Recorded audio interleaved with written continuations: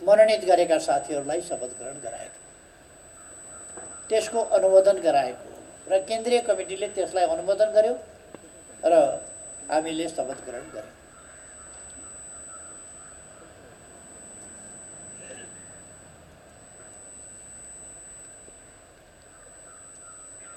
त्यस सँगसँगै दोस्रो संशोधित विधान लागू भएको छ।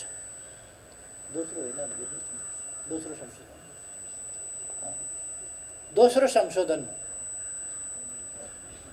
नेपाल कम्युनिस्ट पार्टी नेकपाको विधान दोस्रो संशोधन सहित लागू भएको छ। हामी त्यस विधान अन्तर्गत नै निर्देशित भएका छौँ। हामीले त्यो विधान दिउँसो 1 बजे 7 गते दिउँसो 1 बजे पारित गरेका हौँ। दिउँसो 1 बजे नै अघिल्ला दिन मैले मनोनित गरेका केन्द्रीय सदस्यहरूको मनोनयनलाई अनुमोदन गरेका हौँ। यसरी हाम्रो पार्टीको केन्द्रीय कमिटीको तेस्रो बैठक विधिवत अध्यक्षसँगको परामर्शमा महासचिवले बोलाउनु भएर वैधानिक व्यवस्था अनुसार विधिवत ढङ्गले बसेको बैठक हो। हामीलाई थाहा छ अर्कोतिर केही महत्त्वकांक्षी व्यक्तिहरू, खास गरी यथार्थमा भन्नुपर्दा 2 जना महत्त्वकांक्षी व्यक्तिहरू, 2 जनाको महत्त्वकांक्षा पद प्राप्तिको हतारो, प्रधानमन्त्री भइसकेका, पार्टी प्रमुखको हैसियतमा 1 जना 15 वर्ष प्रमुख भएर चलाइसकेका, 3 कार्यकाल प्रमुख भएर पूर्ण कार्यकाल चलाइसकेका र अर्को 33 वर्षदेखि पार्टी प्रमुख बाहेक अर्थ केही हुँदै नभएका, पार्टी प्रमुखै भएर चलाइराख्या उहाँहरूलाई मेरो त बानी परेको छ प्रमुख हुने भन्ने। मेरो त प्रधानमन्त्रीमा पो रस बस्यो भन्ने। के गर्ने देशका लागि होइन, जनताका लागि के गर्ने होइन, पदमा रस बस्यो, पदमा बानी पर्यो, फेरि हुन रहर लाग्यो, फेरि हुन हतार भयो। त्यसकारण उहाँहरू के न्यु पारेर भन्दा नयाँ जनादेशका लागि प्रधानमन्त्री जनताका बीचमा गयो। यो ताजा सबभन्दा पछिल्लो न्यु हो, पछिल्लो बहानाबाजी हो। उहाँहरूले कहिले न्यु खोज्नु भएन, उहाँहरूले कहिले हत्तो थाप्नु भएन। जहिले पनि तपाईहरुले सरकारको पक्षमा बोलेको त कहिले सुन्नु भएन होला, देशको पक्षमा बोलेको सुन्नु भएन होला। अतिक्रमित भूमि जब हामीले फिर्ता माग्यौं, सम्बन्ध बिगारेको आरोप लगाइयो, जब नक्सा छाप्यौं सम्बन्ध बिगारेको आरोप लगाइयो, हाम्रो भूमि समावेश गरेर नक्सा छाप्दा सम्बन्ध बिगारेको आरोप, भूमि छोडिदिएर सम्बन्ध सप्रिन्छ कि भूमि लिएर वास्तवमा सम्बन्ध सप्रिन्छ। हामीले सम्बन्ध सपार्नुपर्छ यथार्थका आधारमा। तसर्थ हामीले सम्बन्ध यथार्थका आधारमा, वास्तविकताका आधारमा, मित्रताको वस्तुनिष्ठ आधारमा आफ्नो जमिन पनि फिर्ता लिने र सम्बन्ध पनि सुधार्ने त्यो प्रयास गरेका हुन्। त्यस बापत उहाँहरूको विरोध पहिले पनि साथीहरूलाई थाहा छ। पहिले पनि संविधान बनाए बापत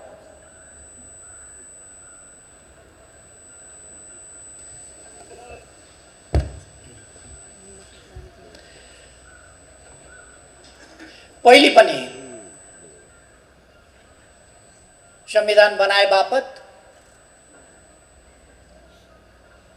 नाकाबन्दीको डटेर सामना गरे बापत एउटा देश बेष्टित र एउटा देशमाथि भएको निर्भरता तोडेर अर्को छिमेकीसँग पनि यातायात र पारवहन सम्झौता गरेर देशलाई एउटा देश बेष्टितबाट, एउटा देशबाट घेरिएकोबाट भूजडित अथवा भूमिको बाटोबाट दुवैतिरका छिमेकीहरूबाट समुद्रसम्म र विश्वसम्म पुग्न सक्ने ढोकाहरू खोले बापत एउटा छिमेकीसँग सिमाना खुल्ला छ। अहिले असहज परिस्थितिमा पनि हामीले 14वटा नाकाहरू खुल्ला राखेका छौँ। अर्को छिमेकीसँग बाटो छैन। त्यस्तो अवस्थामा हामीले केही महत्त्वपूर्ण नाकाहरू खोल्यौँ देश बापत। दुर्गम ठाउँका जनतालाई सुगममा परिणत गराउने प्रयास गर्यौँ देश बापत। पहिले पनि चर्को विरोध भएको थियो। मैले हिजोको एउटा टेलिभिजन अन्तर्वार्तामा पनि भनेको थिएँ, वास्तवमा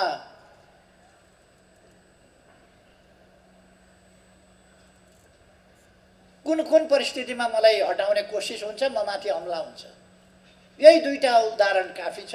पहिलोपल्ट जुन जुन पार्टीमा भए पनि यिनै अहिलेका व्यक्तिहरू नै हुन् जो हुडालो मचाउन त्यस बेला पनि लागेका थिए र सरकार गिराउन लागेका थिए। यिनै व्यक्तिहरू जुन जुन ठाउँमा भए पनि, हिजो बेग्ला बेग्लै ठाउँमा थिए, आज एकै ठाउँमा भएका, फेरि एकै ठाउँको पनि एउटा जुत्तो बनाएर त्यो जुत्तोतिर कुनातिर गएर साउती गर्ने त्यस ठाउँमा पुगेको छ।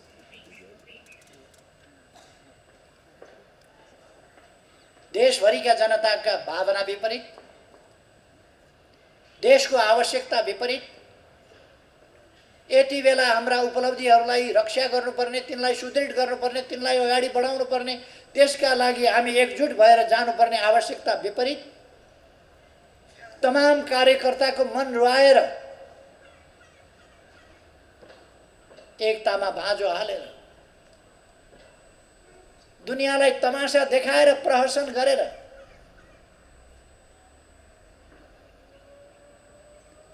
अस्ति नै प्रस्ताव बन्दै थियो। अहिले त त्यो प्रस्ताव होइन, अध्यक्षमाथि स्पष्टीकरण हो। एउटा व्यक्तिले प्रथम अध्यक्षमाथि स्पष्टीकरण माग्यो अरे, एउटा व्यक्तिलाई कसैलाई लहर चढ्यो, स्पष्टीकरण माग्यो अरे। संसारमा कहीँ पार्टीमा त्यस्तो सुन्नुभएको छ तपाईँहरूले? प्रथम अध्यक्षलाई अकारण एउटा कोही व्यक्तिले, त्यो व्यक्तिको प्रस्ताव हो, त्यो व्यक्तिको प्रस्ताव पहिले प्रस्ताव बनिएको थियो, व्यक्तिको असभ्यता हो, अशिष्टता हो, गलत मनसाय हो, गलत उद्देश्य हो, गलत नियत हो, गलत बाटोतिर जाने आधार खडा गरेको हो। त्यसलाई प्रथम अध्यक्षमाथिको स्पष्टीकरण भनेर अहिले व्याख्या गर्न थालेको छ। दुनियाँलाई यो थाहा छैन। अझै ठुलो तमासा त निकाले अरे पार्टीबाट भनेर सुन्दैछु। तमासा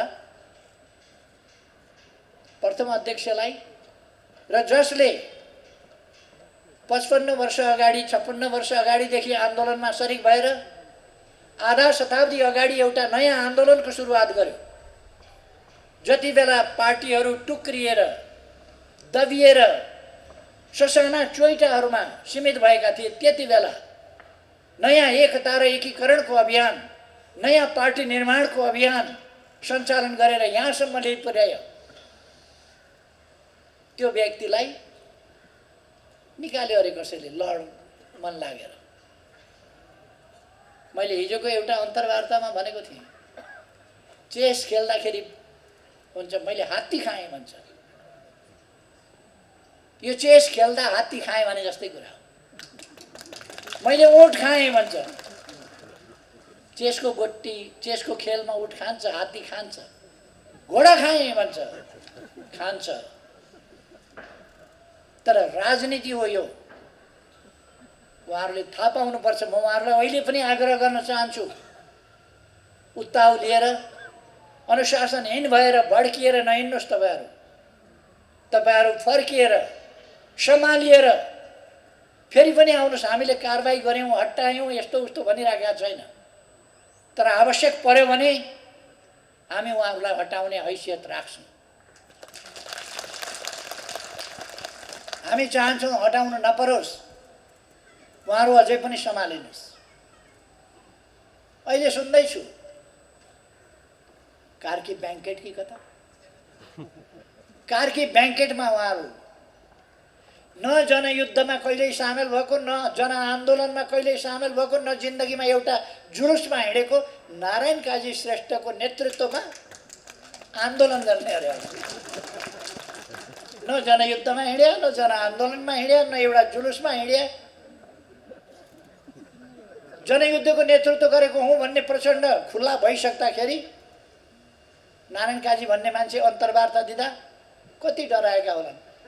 प्रचण्ड खुला भइसके, त्यसका कमान्डर रामबहादुर थापा बादल खुला भइसके, पर्दा पछाडिबाट यस्तो गरेर हात घुसारेर हात मिलाउने मान्छे उतै छ।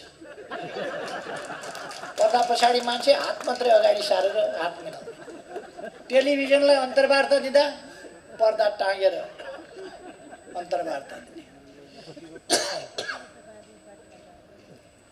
गोलीका पर्रा छुटिरहेका बेला जनता सडकमा उत्रिएर यत्रो परिवर्तन ल्याए। भूमिगत हिँडेर यत्रो परिवर्तन ल्याए। ज्यान जोखिममा राखेर यत्रो परिवर्तन ल्याए। परिवर्तन ल्याइसकेपछि पनि, लोकतन्त्र आइसकेपछि पनि एउटा मान्छे पर्दाभित्र हात निकाल्छ। एउटा मान्छे पर्दाभित्रबाट इन्टरभ्यू दिन्छ। उसको नेतृत्वमा आन्दोलन कठै गरेर खुट्टी हेर्दै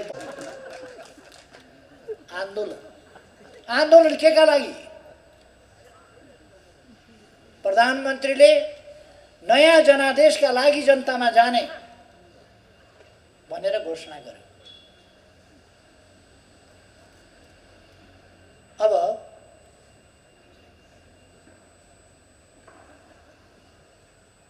जनतामा जान उहाँहरूलाई यत्रो डर किन? तपाईँ हामी बुझ्न सक्छौँ। उहाँहरूको टाउको ठुलो छ, विशाल, खुट्टा चाहिँ यत्रा छ।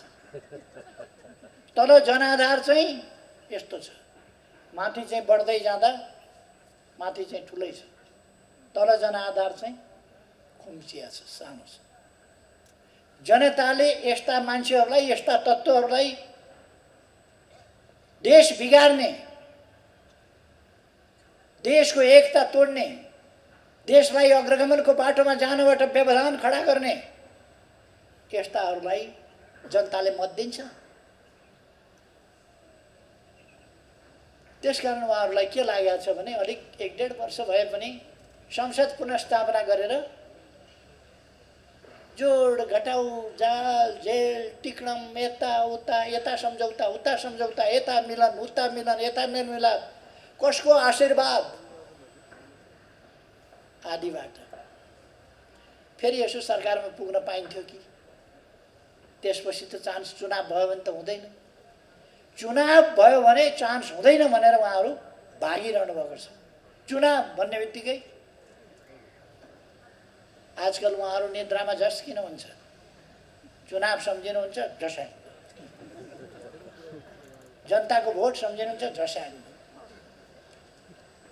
यो झस्याङ हुनु पर्दैन। आउनु यो मेन स्ट्रिममा महाअभियानमा सामेल हुनुहोस्। म तपाईँहरूलाई आग्रह गर्न चाहन्छु, आउनुहोस् अहिले पनि यस महाअभियानमा सामेल हुनुहोस्। किन संसद विघटन गर्नु पर्यो? अरू थुप्रै कुरा छोडिदिनुहोस्। यही किचकिच, यही झमेला, पार्टीभित्रै सधैँ हिँड्न खोज्यो खुट्टा समाउने, हिँड्न खोज्यो अल्झाउने, हिँड्न खोज्यो धराप थाप्ने, हिँड्न खोज्यो अल्झो लगाउने, अल्झाउने। देशकै समय देश हाँक्नु पर्ने बेलामा, देशलाई अगाडि बढाउनु पर्ने बेलामा सरकारलाई पनि अगाडि बढ्न नदिने, सरकारलाई गतिशील ढङ्गले हाँक्नु पर्ने पार्टी, त्यो पार्टी अल्झिनु पर्ने केमा भन्दा दिनै पिछेका गफ फिट्नेहरूका कुरामै अल्झिनु पर्ने। उनीहरू गफ फिटेर बस्छन्, त्यसैमा अल्झिनु। दिनै पछि बैठक चाहिने, बैठक चाहियो, बैठक बस्नु पर्यो, बैठक बस्नु पर्यो, बैठक चाहियो, बैठक चाहियो। हामी सधैँ बैठकै बसिराख्यौँ भने के हुन्छ हालत? बैठकै मात्रै बसिरहने होइन, आवश्यक निर्णय गर्ने, जनताका बिचमा जाने, प्रचार प्रसार गर्ने, सङ्गठन गर्ने, जनतालाई सचेत बनाउने, अभियानमा लाग्ने, काममा लाग्ने। आज दुनियाँ गतिशील छ, अत्यन्तै गतिशील। त्यसकारण धेरै लामा लामा बैठकहरू गर्ने होइन, एकदम तयारी साथ छोटा छोटा बैठक गर्ने र गतिशील ढङ्गले अगाडि बढ्ने, त्यो काम गर्नुपर्छ। नेतृत्व आफै आफ्ना उद्देश्यहरूमा, आफ्ना गन्तव्यमा स्पष्ट हुनुपर्दछ। नेतृत्व आफै ती गन्तव्यमा पुग्ने सही विचारहरू, त्यसको निर्क्योल कसरी गर्ने, समसामयिक विषयहरू, परिस्थितिको विश्लेषण कसरी गर्ने, ठिक ढङ्गले अगाडि कसरी बढ्ने, त्यस कुरामा स्पष्ट हुनुपर्दछ। अनि आम साथीहरूले नेतृत्वमा विश्वास गर्नुपर्दछ। लडाइँमा कमान्डरमाथि विश्वास गरिएन भने, कमान्डरले कसरी अगाडि बढ्ने भन्ने स्पष्टता भएन भने, कमान्डर स्पष्ट हुनुपर्दछ यो लडाइँ कसरी लड्छु भन्ने कुरा। र अरू साथी सहयोगीहरूको नेतृत्वप्रति, कमान्डरप्रति विश्वास हुनुपर्दछ। अनि मात्रै हामी एक ढिक्का भएर गतिशील ढङ्गले अगाडि बढ्न सक्छौँ। बाटोमा अस्पष्टता भयो भने अन्यल हुन्छ। बाटोमा स्पष्टता चाहिन्छ, गन्तव्यतिर फर्किएको हुनुपर्दछ। त्यसकारण हाम्रो बाटो स्पष्ट छ, हाम्रा उद्देश्यहरू स्पष्ट छन्। हामीले हाम्रो राष्ट्रिय आकांक्षा तय गरेका छौँ, समृद्ध नेपाल, सुखी नेपाल।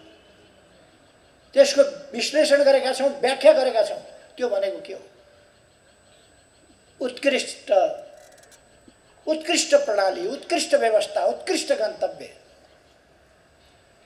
समृद्धि, सामाजिक न्याय र समानता सहितको समृद्धि, सुरक्षा र सम्मान सहितको सबैलाई अधिकार र अवसर उपलब्ध भएको समृद्धि।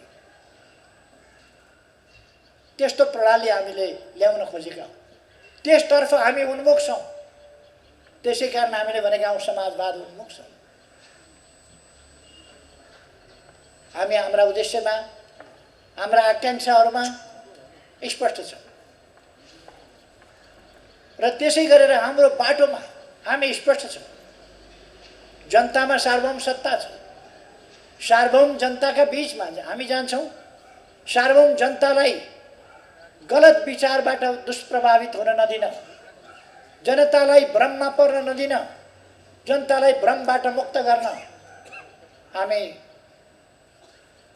शिक्षण अभियान, प्रचार अभियान, सचेतना अभियान, जागरण अभियान अरू सञ्चालन गर्छ। जनतालाई देशभक्तिपूर्ण काम र भावनाबाट कसैले भट्काउन सक्दछ। त्यसबाट भट्किन नदिन, त्यस दिशामा ठिक ढङ्गले अगाडि बढाउन हामी प्रयासहरू अगाडि बढाउँछौँ। त्यसर्थ हाम्रो बाटो स्पष्ट छ, हाम्रा उद्देश्यहरू स्पष्ट छ, हाम्रो गन्तव्य स्पष्ट छ। त्यस गन्तव्यलाई प्राप्त गर्नका लागि हाम्रा उद्देश्यहरूमा केन्द्रित भएर, हाम्रा विचारहरूमा केन्द्रित भएर, हाम्रा बाटाहरूमा केन्द्रित भएर, हाम्रा नीति योजना र कार्यक्रमहरूमा केन्द्रित भएर हामी योजनाबद्ध ढङ्गले र सक्रियतापूर्वक अगाडि बढ्न सक्नुपर्छ। त्यसो गर्यौँ भने हामी जनतामा आधारित कार्यकर्ता पार्टी हौँ। जनतामा आधारित कार्यकर्ता पार्टीले जनतालाई सचेत र सङ्गठित गर्ने काम सही ढङ्गले सफलतापूर्वक गर्न सक्दछ र हामी विजय हासिल गर्न सक्छौँ। म साथीहरूलाई भन्न चाहन्छु, अहिले यति बेलाको प्रमुख काम, यति बेलाको मुख्य काम सङ्गठन भत्काउन खोजेका छन्, बिगार्न खोजेका छन्, अन्यल बढाउन खोजेका छन्, भ्रम सिर्जना गर्न खोजेका छन् नेता कार्यकर्ताहरूका बिचमा। त्यसकारण नेता कार्यकर्ताहरूका बिचमा कुनै प्रकारको भ्रम नहोस्, अन्यल नहोस् भनेर हामीले सजग र सचेत गराउनुपर्छ। त्यसका लागि हामीले हाम्रो सङ्गठनलाई विचारमा आबद्ध, उद्देश्यहरूमा स्पष्ट, गन्तव्यहरूमा स्पष्ट, बाटोमा स्पष्ट, हाम्रो कार्यदिशामा स्पष्ट, हामीले कुनै दुविधा राख्नुहुन्न। हामी शान्तिपूर्ण ढङ्गले संवैधानिक लोकतान्त्रिक बाटोमा अगाडि बढेका छौँ। यही बाटो हाम्रो, यही बाटोबाट हामी अगाडि बढ्छौँ। यस कुरामा कुनै भ्रम रहनु हुँदैन। हामी मार्क्सवादी दर्शनबाट प्रशिक्षित छौँ, मार्क्सवादी लेनिनवादी सिद्धान्तबाट दीक्षित छौँ। जनताको जनवाद, जहाँ संविधानको सर्वोच्चता, सार्वभौमसत्ता जनतामा, शक्ति पृथकीकरण, प्रतिस्पर्धात्मक बहुदलीय राजनीतिक प्रणाली, सङ्घीय लोकतान्त्रिक गणतन्त्रात्मक व्यवस्था, यी कुराहरूमा हामी स्पष्ट छौँ।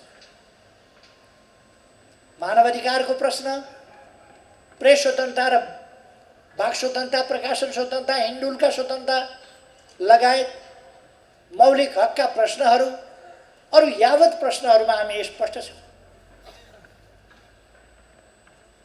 हामी हाम्रा छिमेकीहरूसँग हाम्रा अधिकार छोडेर होइन, हिजो विभिन्न कारणले, कालखण्डहरूमा शासकीय कमजोरीले होला अथवा त्यस बेलाको परिस्थितिले होला, हामीले कतिपय अधिकार गुमाएका हौँला, भूभाग दाबी गर्न नसकेका हौँला। तर हिजोका कमी कमजोरीहरूलाई स्वीकारेर अगाडि जान सकिँदैन, ती सच्याएर अगाडि जानुपर्छ। र ती कमी कमजोरीहरू सच्याएर हामीले अब दुवैतर्फका छिमेकीहरूसँग सुदृढ सुमधुर सम्बन्ध कायम गरेर अगाडि बढ्नुपर्छ। हाम्रो नीति त्यो हो। हामी त्यसरी नै अगाडि बढेका छौँ र हामी त्यसरी नै अगाडि बढ्छौँ। यति बेला हाम्रो काम सङ्गठन निर्माण, सङ्गठन विस्तार, सङ्गठनको सुदृढीकरण, सङ्गठनको शुद्धिकरणका साथ अगाडि बढ्ने हो। गलत विचारका विरुद्ध हाम्रो प्रचार अभियान, सही विचारहरू लिएर हाम्रो प्रचार अभियान तीव्र गतिले अगाडि बढ्नेछ। यो अभियान लिएर हामी अगाडि बढ्नेछौँ। त्यसकारण म साथीहरूलाई भन्छु, यति बेला तत्काल आजभोलि हप्ता 15 दिन, महिना दिन सङ्गठन र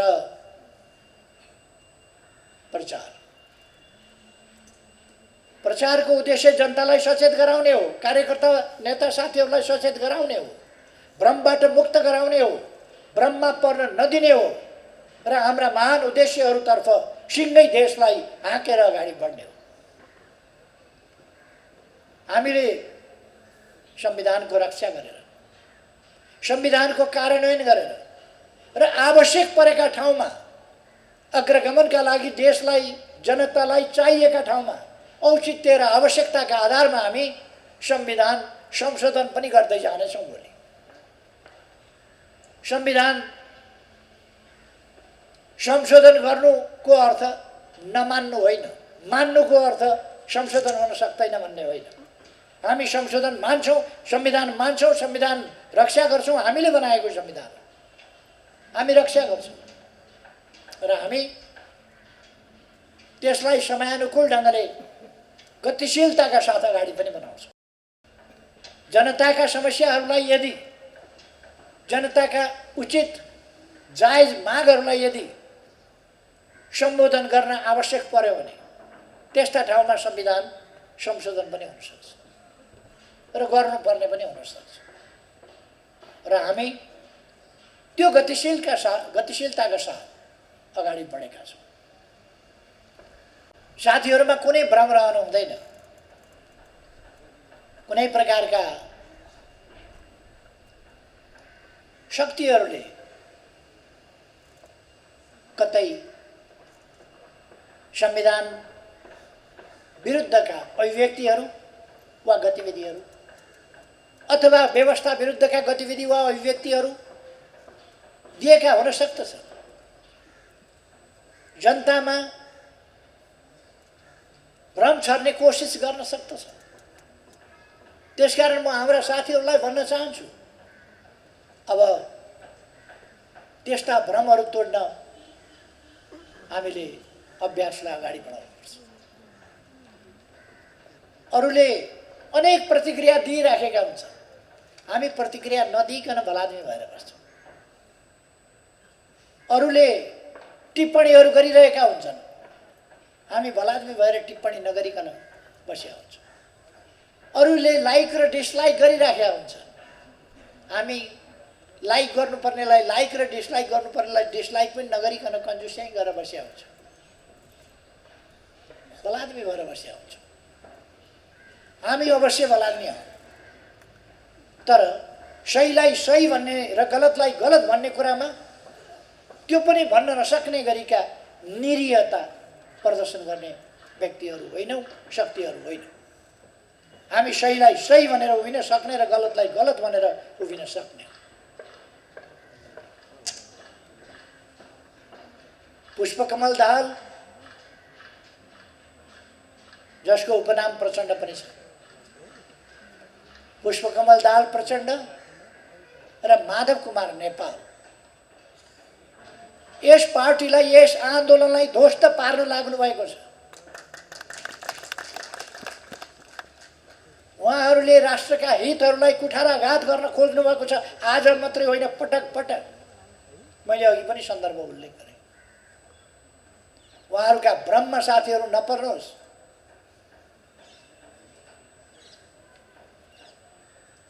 एकजना मेरो पुरानो मित्र राधाकृष्ण मैनालीले भन्नुभएछ, अब केपी ओलीको हालत सिपी मैनालीको जस्तो हुन्छ। उहाँलाई धन्यवाद छ। उहाँका आफू बाहेक 4वटा भाइ छन्, त्यसमध्ये माइलै भाइसँग मलाई चाहिँ नि जोड्नु भएछ।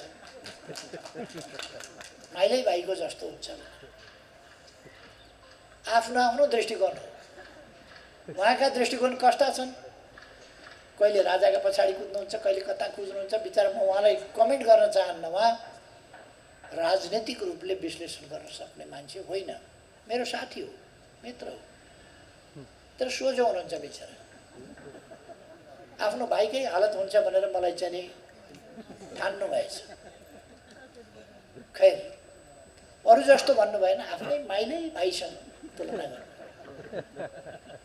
यस्ता साथीहरू भेटिन्छन्, यस्ता कमेन्ट गर्नेहरू भेटिन्छन्, तर हामी त्यस्ता कमेन्टहरूबाट अल्मलिन पर्ने आवश्यकता हुँदैन। म साथीहरूलाई आग्रह गर्न चाहन्छु। कतिले अनेक भविष्यवाणी गरिदिन्छन्, कतिले अब यस्तो हुन्छ, कतिले अब उस्तो हुन्छ, कतिले संविधान जान्छ, व्यवस्था जान्छ, प्रणाली जान्छ। कहाँबाट जान्छ? जनताले लडेर ल्याएको यो संविधान, यो व्यवस्था, यो प्रणाली कसले खोसेर लान्छ? त्यसकारण यो जानेवाला होइन, सुदृढ हुनेवाला हो। यसलाई सुदृढ गर्न, यसको रक्षा गर्न हामी छौँ। हामी छैनौँ? हामी छौँ। हामी छौँ भनेको अलिकति खोइ राम्रो बुझिनँ मैले साथीहरूले। हामी छौँ भनेको हामी छौँ यो प्रणालीको रक्षा गर्न, यो संविधानको रक्षा गर्न। कसले खोज्ने?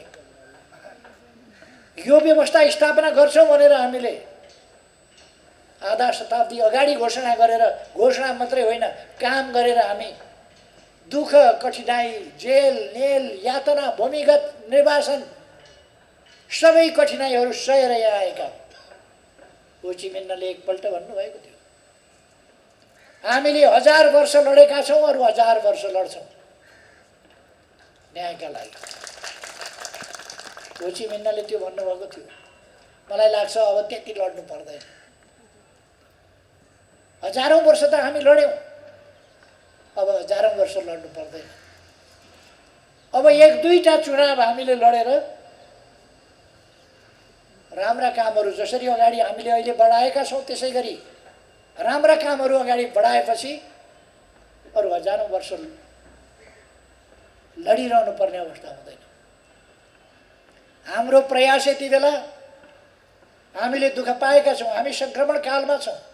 हिजो लडाइँका मैदानमा दुःख पायौँ, आज सङ्क्रमण कालको सन्दर्भमा दुःख पाइरहेका छौँ। तर भोलि हाम्रा सन्ततिले एउटा स्थापित, स्थिर, स्थायित्व सहितको प्रणाली, अवस्था र समृद्ध र सुखका आधारहरू समेत भएको समाज भोग्न पाऊँ।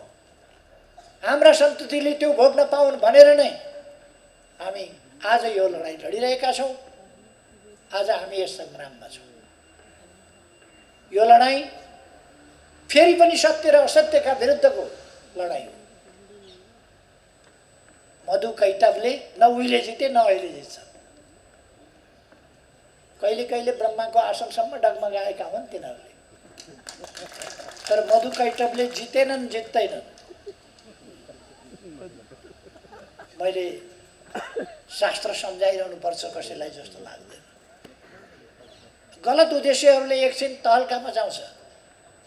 गलत उद्देश्यले एकछिनसम्म के हो कसो हो भन्ने त्राहिमाम बनाउँछ। त्यो हामीले शास्त्रमा देख्छौँ, त्राहिमाम बनाउँछ एकछिन, तर पराजित हुन्छ। त्यसकारण मधु कैटवहरू धेरै नौफ्रिय हुन्छ।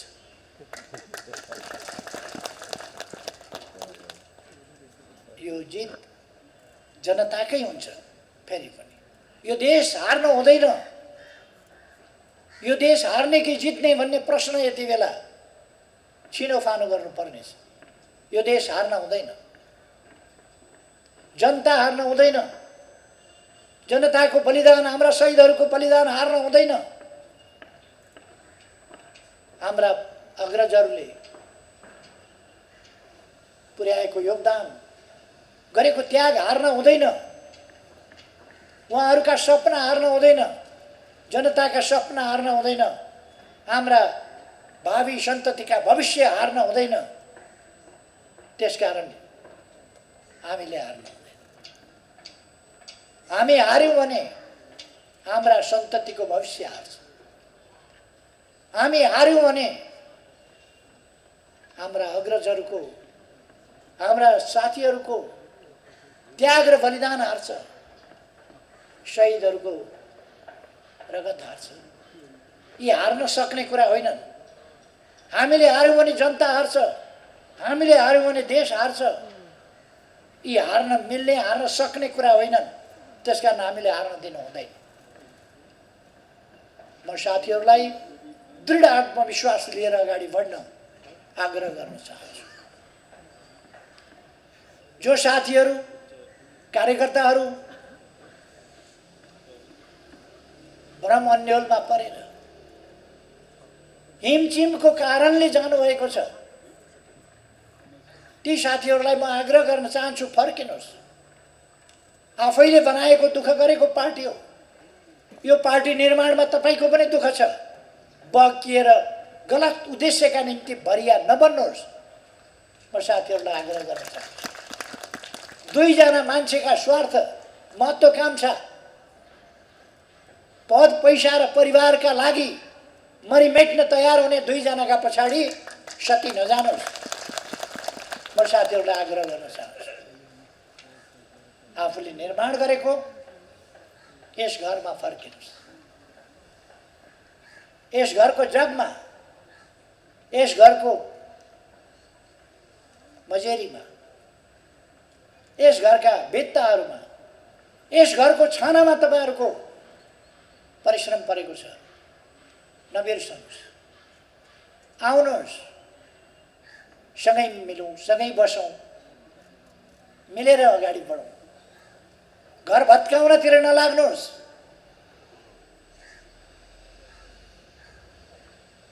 अर्कोहरूले बनाउनुहुन्छ भन्ने भ्रम हेर्नु होला।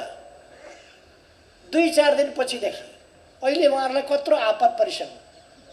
अस्तिकै दिन एउटालाई अध्यक्षकै सभापति के बनाइसक्नु। कस्तो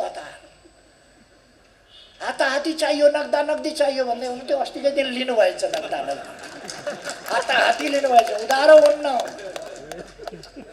उधारो हुन्न भन्दै हुनुहुन्थ्यो। अस्तिका दिन नगदा नगदी हाताहाती लिएर छोड्नु भएछ। सभापति भएर गचक्क बसिराखेका मुस्कुराएर, बल्ल मेरो सपना साकार भयो। बाबा के रहेछ हाताहाती भनेको त?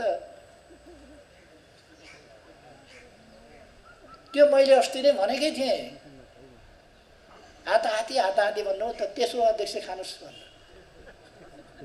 आखिर उही दोस्रैमा हो। उहाँहरू अहिले पनि भन्दै हुनुहुन्छ के कसो भन्दै हुनुहुन्छ। फेरि पनि दोस्रै न हो। उहाँलाई प्रचण्डजीको व्यवहार, प्रचण्डजीका गुण, प्रचण्डजीका काम हेरेर आकर्षण भएको होइन। त्यही हाताहाती खोज्नु भएको थियो उहाँले। त्यही हाताहाती, त्यति मात्रै हो। तेस्रो हुन नमान्ने, दोस्रो हुन मान्ने। दोस्रो र तेस्रोमा के फरक छ र? दोस्रोले सिल्भर पाउँछ, तेस्रोले रजत पाउँछ, त्यति नै फरक। अनि त्यो सिल्भरकै लागि उहाँले किन मरिमेट्या? कासे के स्वर्ण पाउने त होइन। माधव नेपालजीले स्वर्ण पाउनु भयो अस्तिका दिन? होइन, रजत।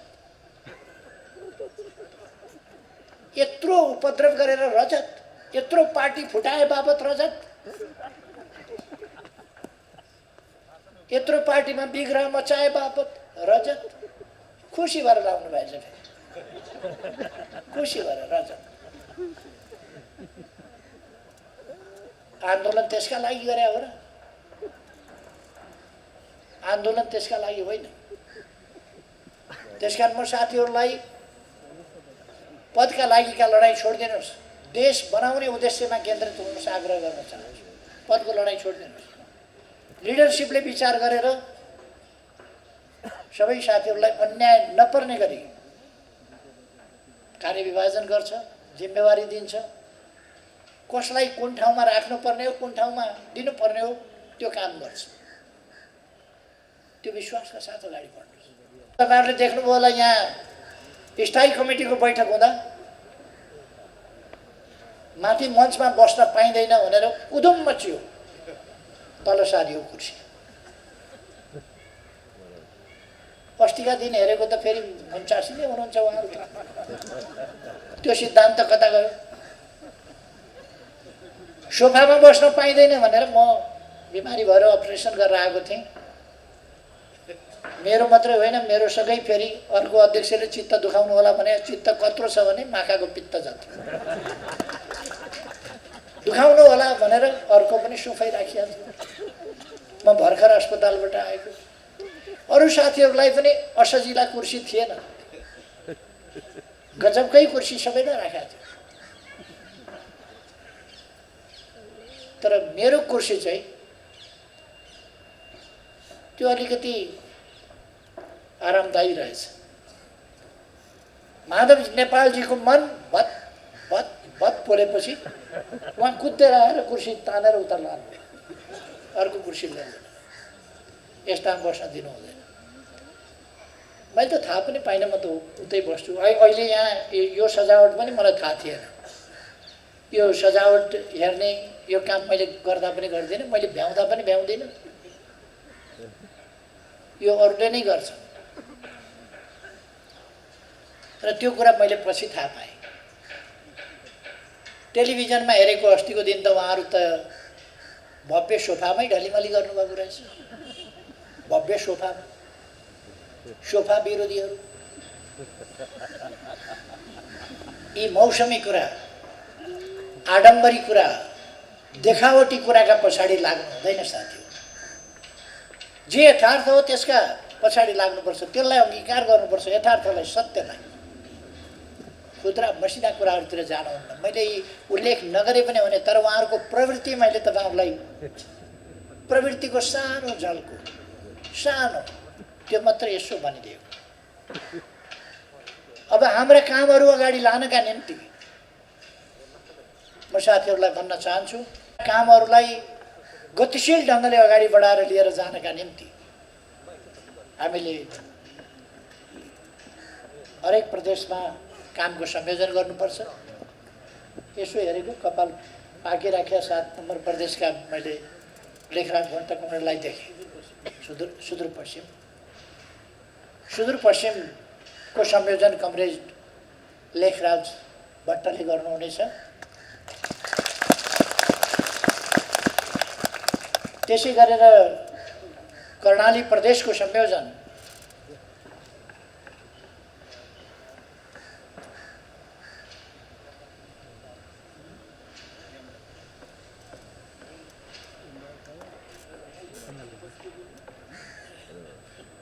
अहिले तोक्दिउँ।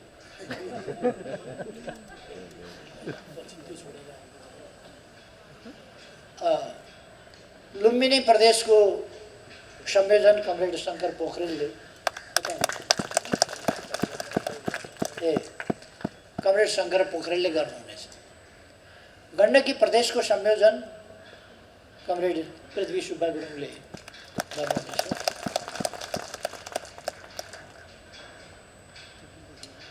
बागमती प्रदेशको संयोजन कमरेड ईश्वर पोखरेलले गर्नुहुनेछ। बागमती अलिक ठुलो भएको हुनाले यो उपत्यकाको कामको चाहिँ संयोजन कमरेड कृष्णगोपाल श्रेष्ठले गर्नुहुनेछ। प्रदेश नम्बर 2 को संयोजन कमरेड सत्यनारायण मण्डलले गर्नुहुनेछ। प्रदेश नम्बर 1 को संयोजन कमरेड सुभाष चन्द्र नेमाङले गर्नुहुनेछ।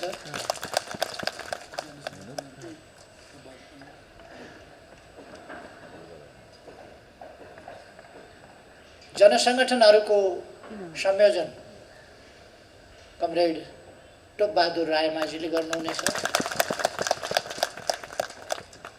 यसरी विभिन्न नेताहरूले कामको मुख्य रूपमा संयोजन गर्नुहुनेछ। कर्णालीको संयोजन कमरेड मणि थापाले गर्नुहुनेछ।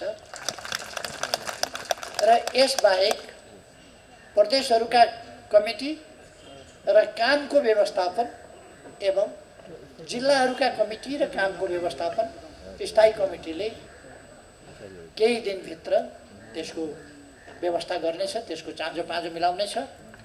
र हामीले हाम्रा कमिटीहरू, हाम्रा जनवर्गीय सङ्गठनहरू, पेशागत सङ्गठनहरू र सामुदायिक सङ्गठनहरू सबैलाई एक ढङ्गले भन्ने हो भने पुनर्गठन गर्नुपर्ने आवश्यकता छ अहिलेको आवश्यकतालाई हेरेर। र हामी अब देश चुनावतर्फ गयो। देश चुनावतर्फ गएको हुनाले चुनावको तयारीमा तीव्र ढङ्गले लाग्नेछौँ र त्यसका लागि हाम्रा विद्वान मित्रहरू, साथीहरू, कमरेडहरू, अधिवक्ता, वकिल साथीहरू, कानुनका ज्ञाताहरू, बुद्धिजीवीहरू सबैले संसद पुनर्स्थापना हुन्छ भनेर एउटा हुइयाँ मचाइराखेका छ कतिपयले।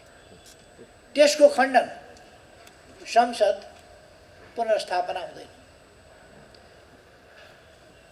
उहिले एकपल्ट पुनर्स्थापना नेपालमा संसद भयो, मनमोहन अधिकारीजीले विघटन गर्दा। त्यस बेला पुनर्स्थापना गर्नका लागि बाहना थियो। एक, त्यो सरकार अल्पमतको थियो, एउटा बाहना त्यो थियो। अर्को, अविश्वासको प्रस्ताव दर्ता भइसकेको थियो र भइसकेपछि विघटनको सिफारिस भएको थियो, अर्को बाहना त्यो थियो। यद्यपि जुनसुकै कारणले पनि त्यो हुन सम्भव थिएन संवैधानिक हिसाबले, तर कृत्रिम ढङ्गले त्यो गरिएको थियो। अहिले त्यस्ता बहानाहरू पनि छैनन्। बहुमतको सरकार हामीसँग छ, बहुमतको सरकारको प्रधानमन्त्रीले सिफारिस गरेको छ र भङ्ग भएको छ।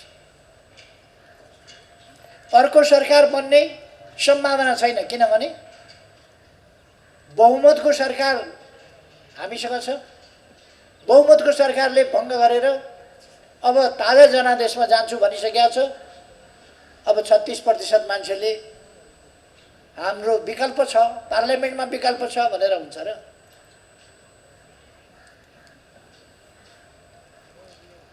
मलाई सभामुखमाथि अचम्म लाग्यो। हुन त कानुनको किञ्चित ज्ञान नभएका, कानुनी सङ्घर्षको अत्तोपत्तो नपाएका व्यक्तिलाई सभामुख बनाइएको छ। कानुनको अत्तोपत्तो केही छैन। यतिसम्म कि उहाँले 3:30 बजे लगेर दर्ता गरेकोलाई 3:30 बजे दर्ता गर्न मिल्दैन भनेपछि 10:50 कि कतिमा यो म कहाँ आएको थियो भनेर बाटामा हिँड्दै घुँडामा राखेर प्रमाणित गर्नु, प्रमाणीकरण यति बजी आएको थियो।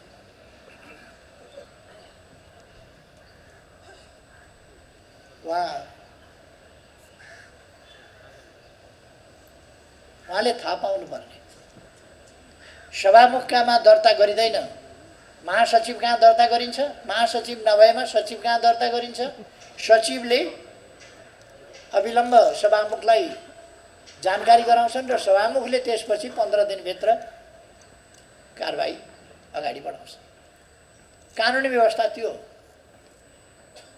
सभामुखले प्रमाणीकरण गर्छ कि गर्दैन, कति बजे भएको, किन उहाँले 3:30 बजे 10:45 आएको भनेर 10:50 10:30 आएको भनेर यस्तो कृत्य काम गर्ने सभामुख हामीले पाएका छौँ। कृत्य सभामुख।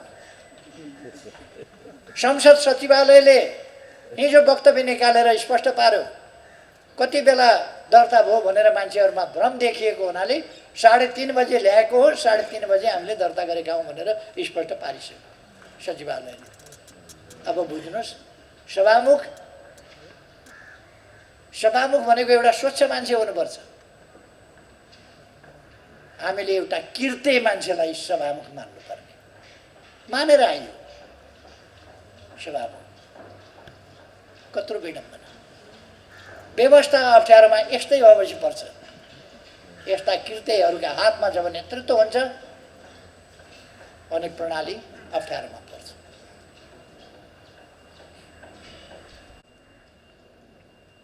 हामीले गर्नुपर्ने अर्को एउटा काम छ। केन्द्रीय कमिटीको बैठक सधैँ बसिरहँदैन। केन्द्रीय कमिटीको बैठक नबसेका बेला केन्द्रीय कमिटीले गर्नुपर्ने सम्पूर्ण कामहरू,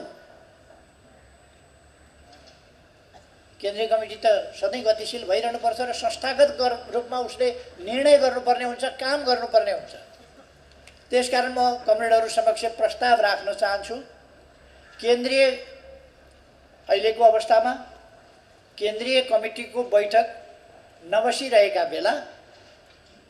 नबसेका अवस्थामा केन्द्रीय कमिटीले गर्ने सम्पूर्ण काम र केन्द्रीय कमिटीका सम्पूर्ण अधिकार स्थायी कमिटीलाई प्रत्यायोजन गरियोस्। यो प्रस्ताव पारित भएको छ महासचिवले र स्थायी कमिटीले त्यस कामको नेतृत्व गर्नेछ।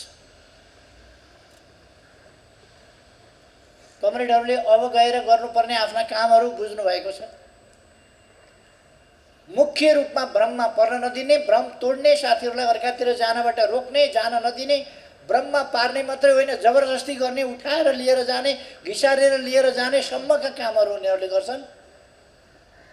भन्न नहुने, एक ढङ्गले भन्ने हो भने अपहरणका कामहरू गर्छन्। बलजफ्ती, तानेर लाने, घिसारेर लाने, दुईटा तरिका अवलम्बन गर्छन् उनीहरूले। एउटा वर्षक मित लगाएर ठग्न खोज्छन्। ठगहरूका दुईटा तरिका हुन्छ।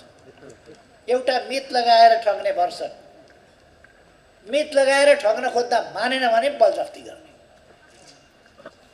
दुईटै तरिका उनीहरूले अप्नाइरहेका छन्। त्यसकारण मित लगाएर ठगिन पनि साथीहरूलाई नदिने र बलजफ्ती लगेर फसाउन पनि साथीहरूलाई नदिने। यो म किन भनिरहेको छु भने यो देशको भविष्य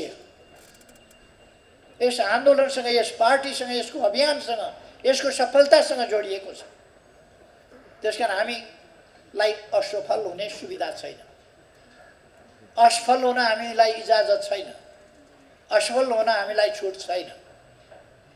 हाम्रो एकमात्र विकल्प सफल हुने हो। सफल भइएन भने लाग्छ होला साथीहरूलाई भने भन्ने कुरा छोडिदिनुहोस्। हामी सफल हुन्छौँ, हामी सफल हुने। सफलता बाहेक भएन भने यो प्रश्नै छैन। भएन भने डिक्सनरीबाट हटाइदिनुहोस्। भएन भने होइन, हुँदै हुन्न कसैले जे कोसिस गरेका छन् देश बिगार्ने त्यो हुँदै हुन्न। भयो भने भन्ने प्रश्नै छैन उनीहरूका लागि। त्यहाँ भयो भनेको वाक्यांश छैन। हामी कहाँ भएन भने भन्ने वाक्यांश छैन। हामी कहाँ हुन्छ, सफल हुन्छौँ, त्यति हो। सफलताको विकल्प छैन हामीसँग। हामी सफल हुन्छौँ। त्यसका लागि साथीहरू अत्यन्तै सक्रियताका साथ साथीहरूलाई लाग्ला यति दुःख त जिन्दगीमा कहिल्यै गरेको थिइनँ। आज त्यसै गरी जिन्दगीमा नगरेको दुःख, जिन्दगीमा नगरेको मेहनत, जिन्दगीमा नगरेको परिश्रम यति बेला गर्नुपर्ने भएको छ। किनभने देशलाई अप्ठ्यारोमा पार्ने कोसिस भएको छ।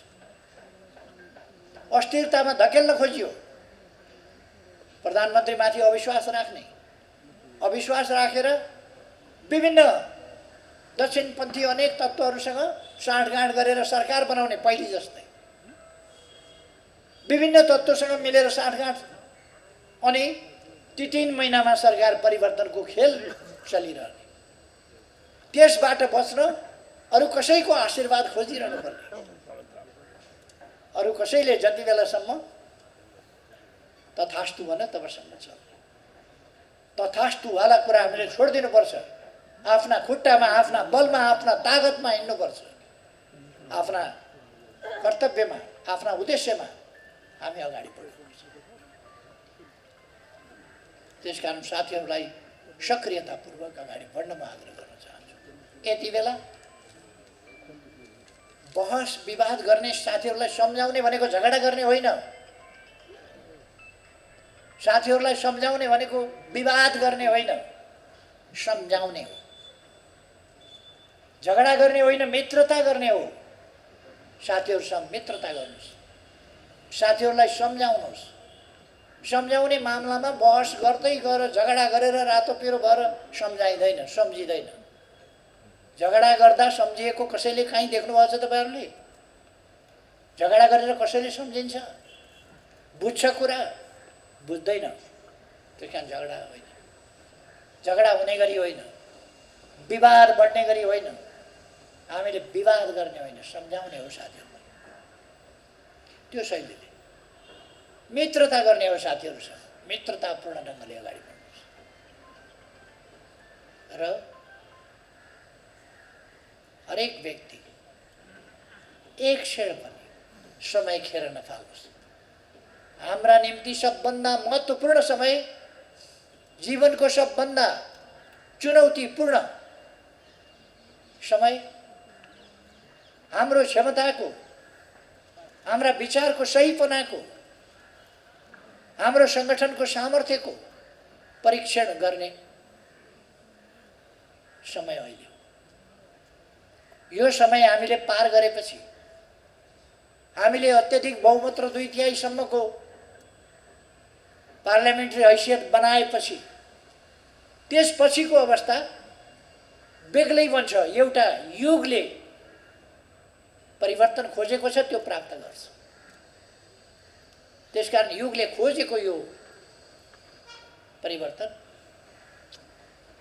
त्यो उपलब्ध गराउने, त्यो प्राप्त गराउने अभिभारा, त्यो दायित्व हाम्रो हो, हाम्रो पार्टीको हो, हाम्रो सङ्गठनको हो। त्यसकारण साथीहरू त्यसै ढङ्गले सक्रिय हुनुहोस्। मेरो साथीहरूलाई आग्रह छ, तपाईँहरूको मेहनत सफल होस्, म शुभकामना भन्न चाहन्छु र